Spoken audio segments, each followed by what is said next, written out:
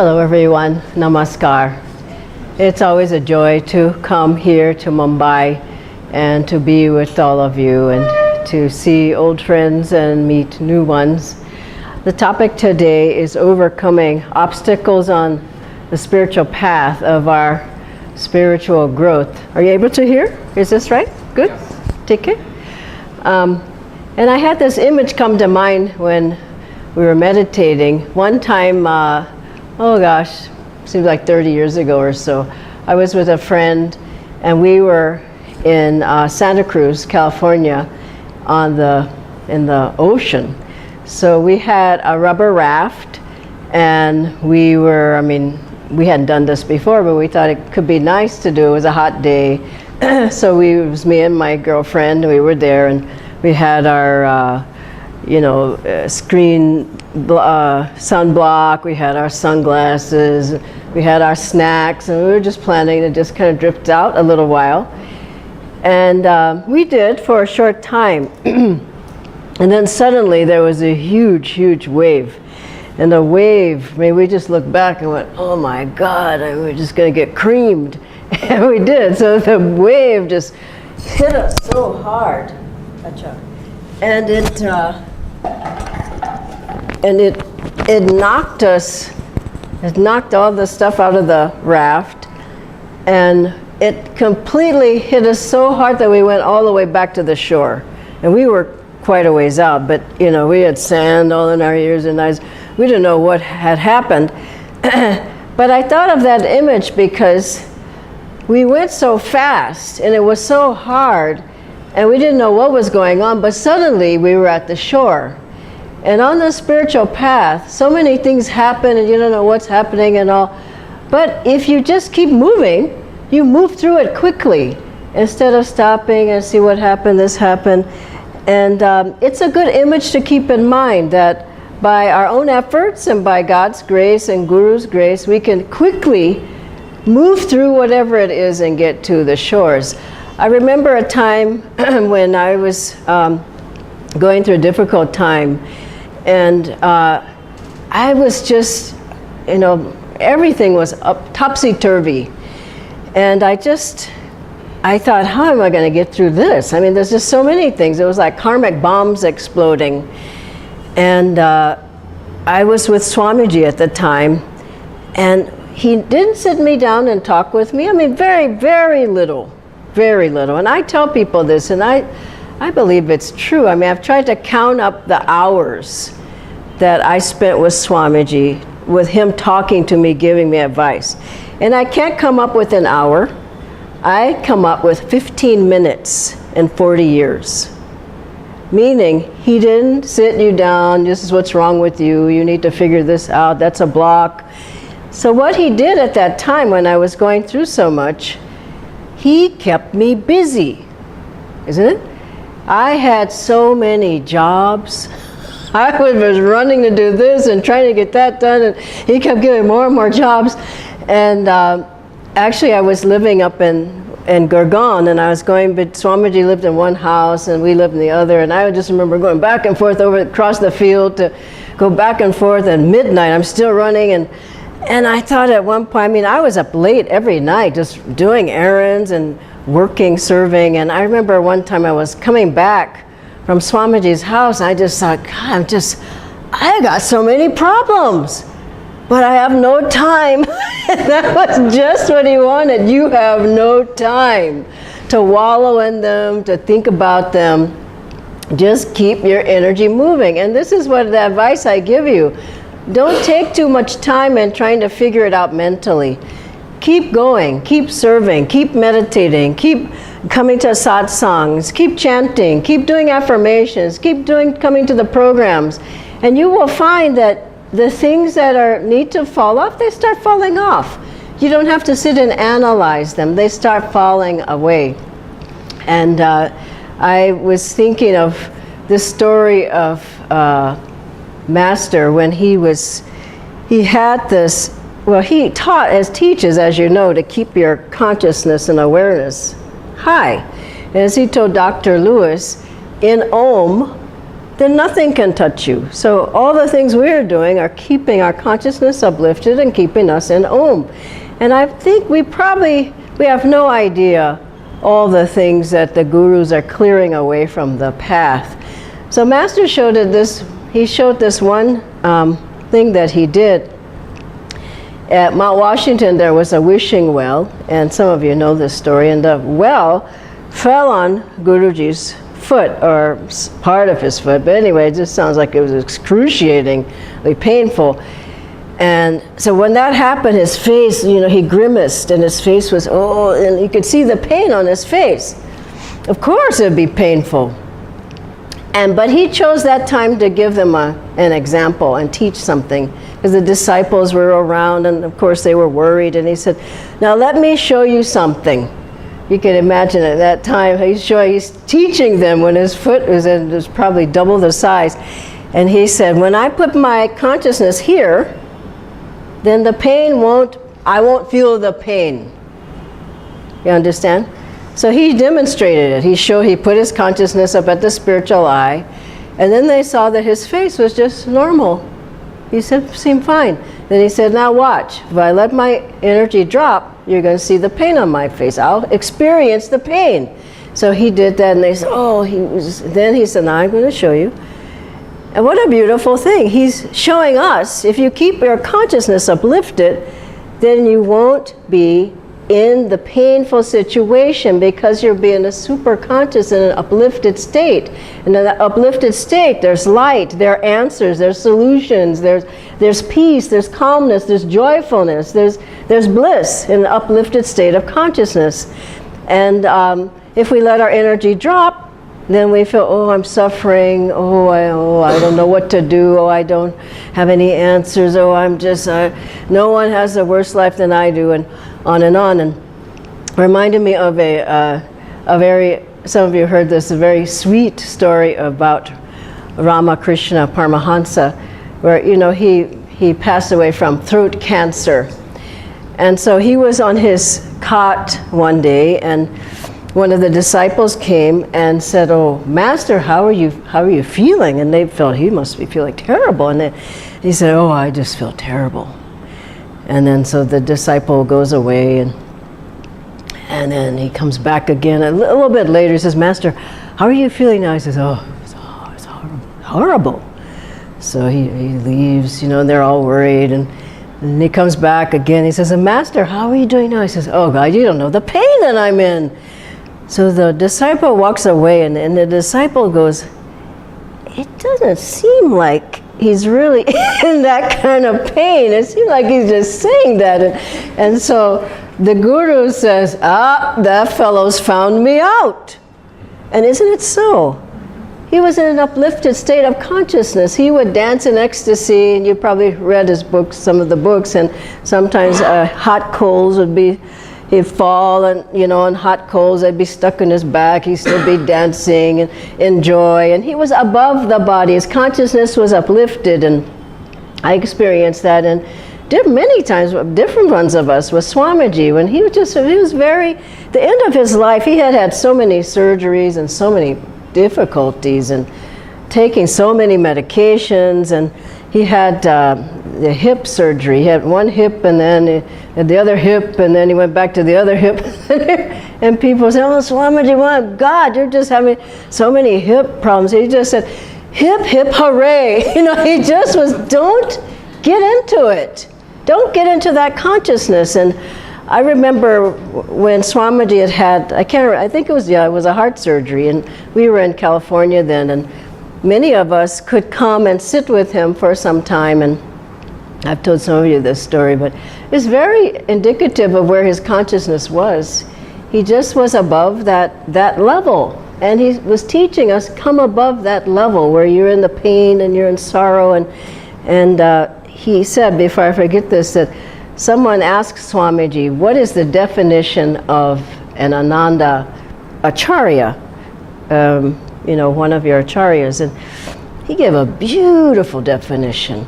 He said, this is a person who in the midst of their own trials and difficulties and pain is still serving others and not thinking about themselves. It's a very, who would give that definition? Someone who can lecture well, someone who's been around for 60 years, someone who's, no, he says someone who in the midst of their own pain, still thinking about other people. It's very beautiful. And so back to the story about Swamiji, that he was in the hospital, and many of us, you know, there were certain hours you could come and just so he wouldn't be alone, you'd sit with him and you wouldn't talk or anything, you'd just be there because he was just out of surgery. So I went with a small group, and so I was there for, I don't know, an hour or two. So Swamiji was just flat out on the bed, and you know, we were tiptoeing in and nobody wanted to disturb him, and we didn't, you know, he's got to be in, you know, pain, and you know, and so there he was, and we were like as far away in a small room, but away so that we wouldn't disturb him. And someone had brought this beautiful bowl of fruits for Swamiji, and it had different wonderful fruits, including mangoes. But you don't get good mangoes in California like you do in India, especially all the varieties. So there's this big beautiful bowl of fruit, and so one of the people who was there, they thought, well, you know, look at that mango. And Swamiji will never know. And so they were just, you know, so here's Swamiji, and his head is there, and he's lying. We're just at the end of the bed. And the person just is reaching back, you know, just like he's sleeping. And it just had his hand on the mango. And Swamiji says, he doesn't open his eyes, he doesn't move. He just says, why don't you have a mango? And the person went, no, I didn't want no, Swamiji, I didn't want a mango. But his hand was on the mango. But you just knew that Swamiji, I mean, he showed us different times where he knew what we were thinking, what we had done wrong or whatever. And he was above the pain of that body, is the point of the story, that he was in a higher level of awareness and consciousness. And so for all of us, what do we have? We have all the practices that help to uplift us to that level. And if we can maintain that level, keep working at staying in that level, things happen. Let's face it. It's not an easy life. It's not an easy life. It's not an easy lifetime. It's not an easy path. But Master said that if you think this path is hard, look at the worldly path. It's much harder. And so in our life, things will happen. But if we keep our consciousness uplifted, everything will be okay. I remember another time years back when I first started on the path, and I was complaining. You know, you start complaining, why does this happen? Why did that happen to me? And now I'm on a path, and it's even happened when I'm on the path, and I have a guru, and that happened. And so I remember I was sitting in front of a picture of Master, and I was complaining to him, why did that happen? And everything is so bad. And I could just almost hear his voice saying, what station are you tuned to? Meaning, where is your energy? You're off. You're watching the wrong movie. And he would watch the big movie, you know, at the movies. His eyes would be closed, and he would be looking at the movie of light, of the bliss of God, the astral realms. And that's what our training is about, watching that movie and keeping our consciousness up at the spiritual eye. Dr. Lewis was able to come out of almost his boat nearly capsized. You remember the story, no? And Master said, if you're in Om, nothing can touch you. The big storm came up, and Dr. Lewis he put his consciousness here, and he began to feel the presence of God and peacefulness and the presence of his guru. And then the storm started to settle. His boat nearly capsized, but the storm settled. He felt secure in himself. And then he was able to get back to shore. And when he got to his house, what happened? The phone rang, and it was Guruji. And Master knew. He knew. We think he doesn't know. Well, he does know. He doesn't know what's happening to me. Why wouldn't he know? He's omniscient, he's omnipresent, he's your guru. So the phone rings, and it's a Master on the other line.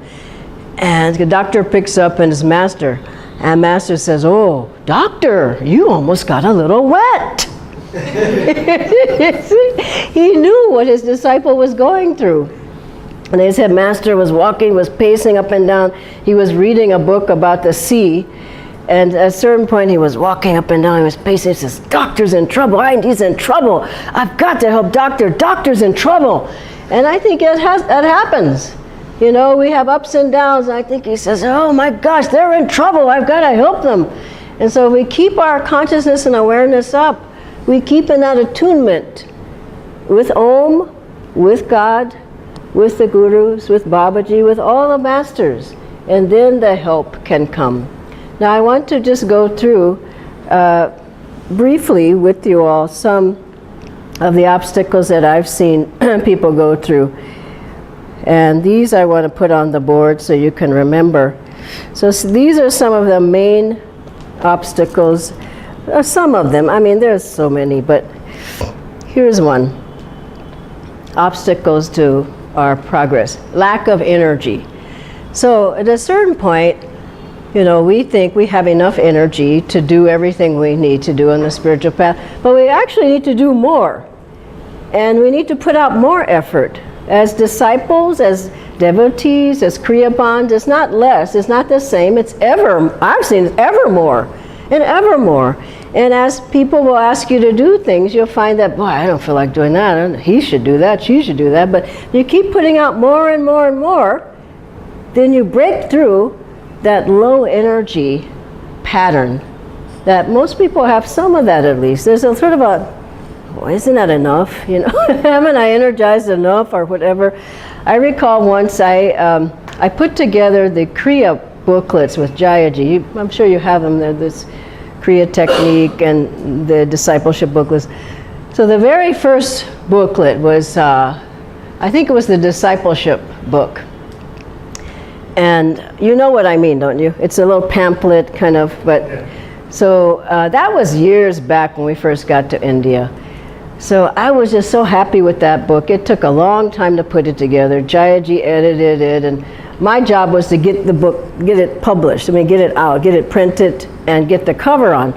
So this is a very interesting example. So he finished it, he gave it to me. So I took pictures, you know, I got somebody to take pictures of people and everything, so I got a cover on there, and I thought this is the best book ever. So we print 2,000 something of them, because I thought this is just, I just was so happy with this. I mean, it was one of the biggest accomplishments of my life at that point, to get that Kriya. I don't know why, but I just was so happy. And then I got word that Swamiji didn't like the cover. And I just, what's wrong with the cover? You know, covers, and what's a cover? You know, you got the book, why do you need a cover? So, I mean, I just was so wondering what was wrong with the cover. And the cover happened to be a picture of Devendra. Devendra looked like he meditated, you know, and you know, he had long hair and everything, and he looked, it's perfect, as Devendra sat over there, we took his picture. But people from, Swamiji was in Italy at that time, and he didn't like it, so Shivani was writing me back and forth, Swamiji, so I wrote back, why? So she writes back, he just doesn't like that cover, Dhyana. So I wrote to Swamiji, and I wrote, I don't know how many excuses. Swamiji, we've already made 2,000 of these. That face looks good, it's just a meditator. We don't need anybody else. You know, I just kept on and on. And basically I was saying, I don't have the energy to do more, and I'm not going to do anything more. That's the book, and we already got the 2,000 copies. No response from Swamiji. Zero. Like, zero response. I wrote this long email, nothing. And it was nothing for days. I mean, it was every day I kept waiting for the email back. Nothing, nothing, and nothing. That, at least a week, nothing. By then I was like, oh my God, I'm really in trouble. So then it finally came to me, that's the wrong response. You need a high energy response. Get the energy and make it happen. So I finally got the right energy, and I wrote back, Swamiji, I would like to put whatever picture you think is appropriate for the book. Here's some samples, Master, you know, I put various ones. And then I said, we're happy to take all the covers off of the others and put the new cover on. It wasn't 5 minutes. I'm telling you the truth. Within 5 minutes, I get Swamiji's response. Oh, if you ask me, I would use that picture of Master. 5 minutes. He just let me wait till you get your energy. And as soon as my energy was right, okay, let's put that picture on. Do you understand? So we can't aim for low energy. We can't aim for it's okay, it's adequate. Well, it looks okay, doesn't it? That's all right. I got 2,000 of them. It has to be right. Then you will find that if you keep your energy going, it's an obstacle, low energy, laziness. I don't feel like energizing. I don't want to get up in the morning. I remember, I'll tell that story later because it's a funny one. So the next one, and let's start putting these up, huh? Next one is lack of attunement. So here's the thing. When we went to Italy to begin the work there was 4 of us. Keshavaji was one of the people, me and 2 other people. And I was 29 at the time, very young and strong and energetic. And so, but we get there with Swamiji, and then he leaves. And, I said, my God, what are we doing here? So he leaves, and he leaves for months. And so before he left, I said to him, Swamiji, now what are we supposed to do here? How do we know what to do? And I hadn't been with Ananda that long. I mean, I didn't even know how I got to Europe and Italy. And anyways, there I was, and other people, and they didn't seem to be worried, but I was definitely worried. What are we supposed to do? And Swamiji told me this. He said, Dhyana, tune in to God. He said Divine Mother. Tune in to Divine Mother and Master, and you will know what to do. Okay? Seemed like clear. And I just thought about that, and I said, I don't really know how to do that. I realized how out of tune I was. And then I thought, well, how do you get in tune? And this is the thing. An obstacle is being out of tune. And you think, oh, I got the answers, oh, I know exactly what to do. And what I did was I took the time. I said, am I energizing every day? No. Okay, I need to do that. I was going as a teacher. I wasn't going just to eat pizza and spaghetti, I was going to teach people. I said, now, am I energizing? No, I'm not. Okay, so I need to energize every day. Okay, now do I know Master's chants? Am I chanting? No. So I got a harmonium and I started learning the chants. I was getting in tune, you understand? And then I said, well, am I doing enough Kriya? Am I really deep? Am I meditating well? No, I'm not. Let's be honest. I said, okay. So, I guess this is right. So I said, okay, so I need to work on my Kriyas. So I worked on the Kriyas. Have I read Swamiji's books, Master's books? Not really. So I went into reading those. I think I'll just hold this. So I started studying the books.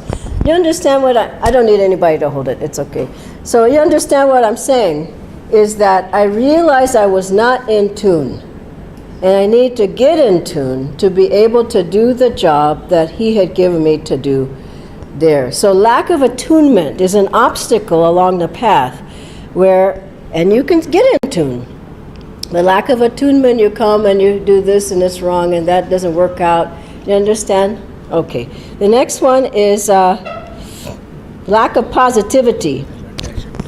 Great.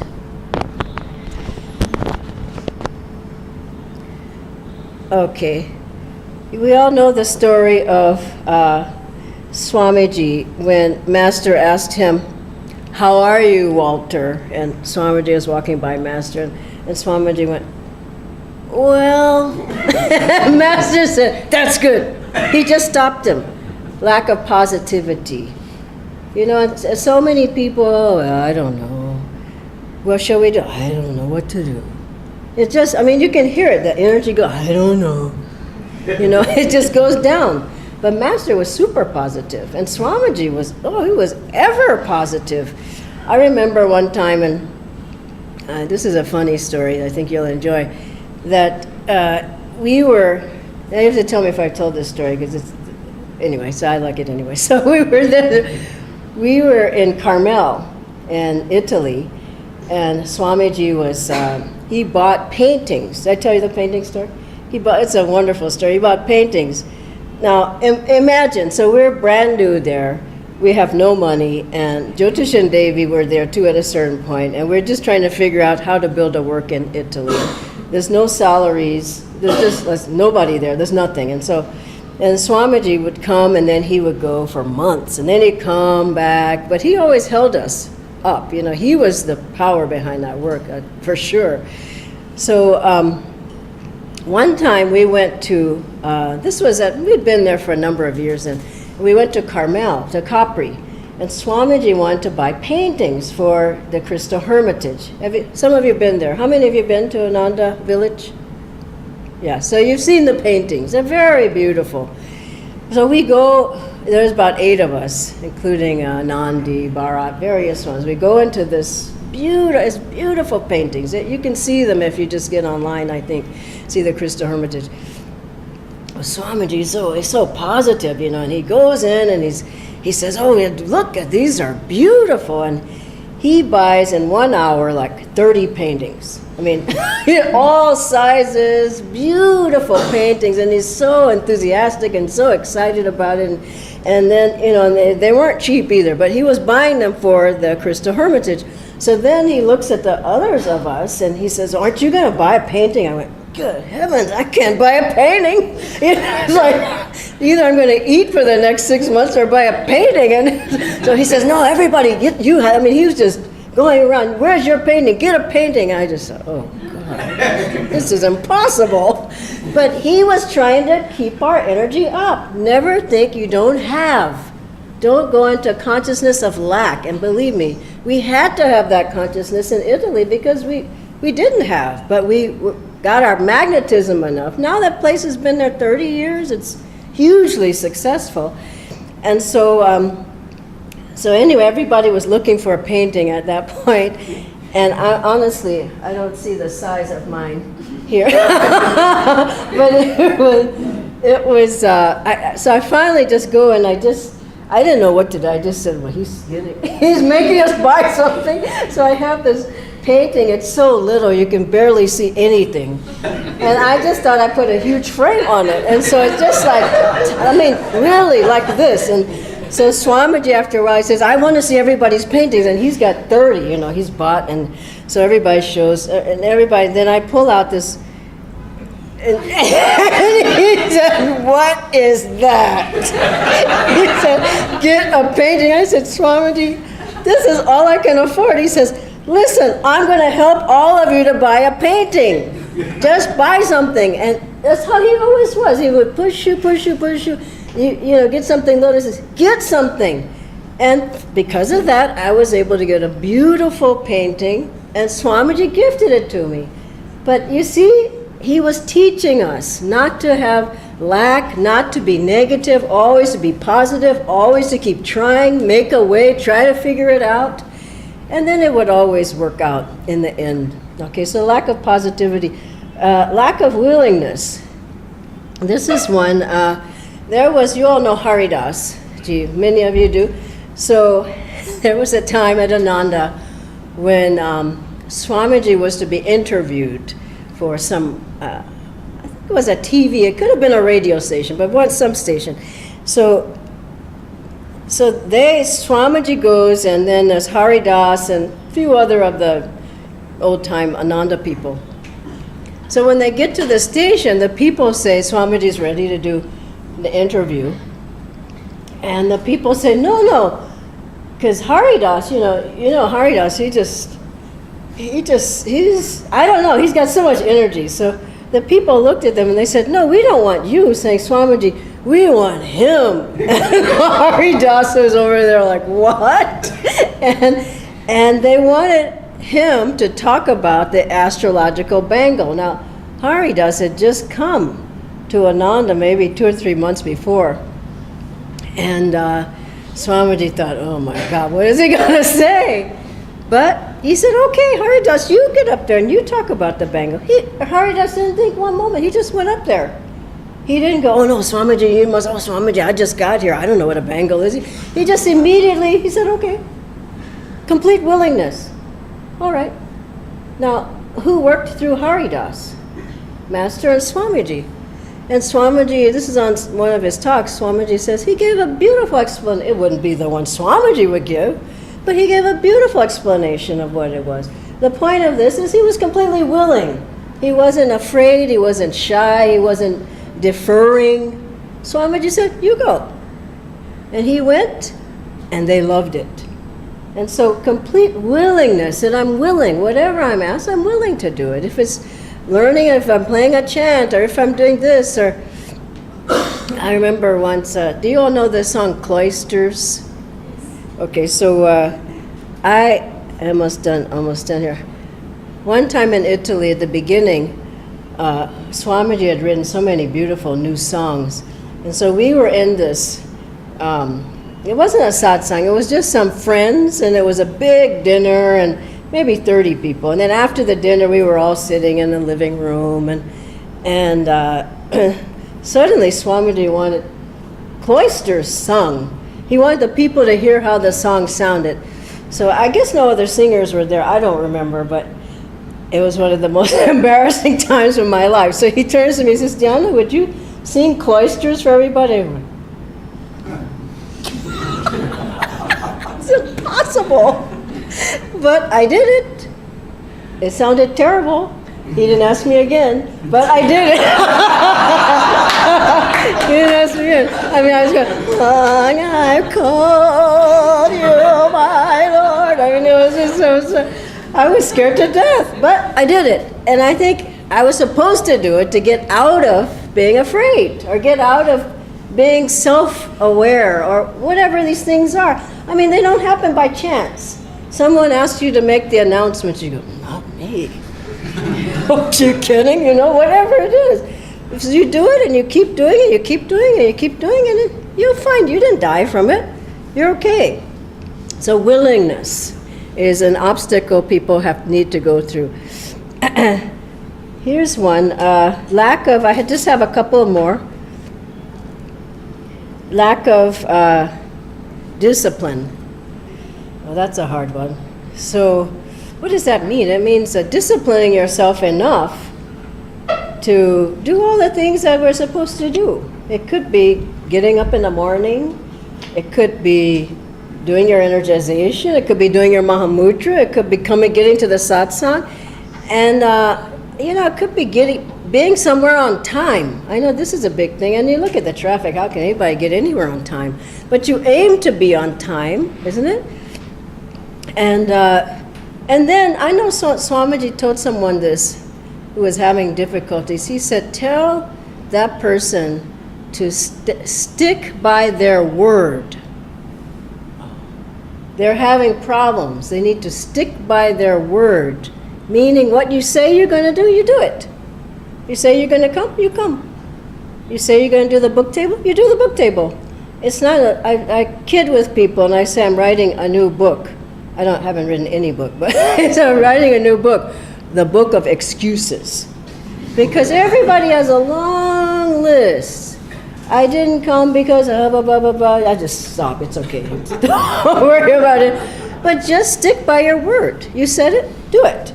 Swamiji would go if he said he was going to buy a newspaper and someone gave him a newspaper, he still went to the store because he said he was going to do it. Now what is going to happen?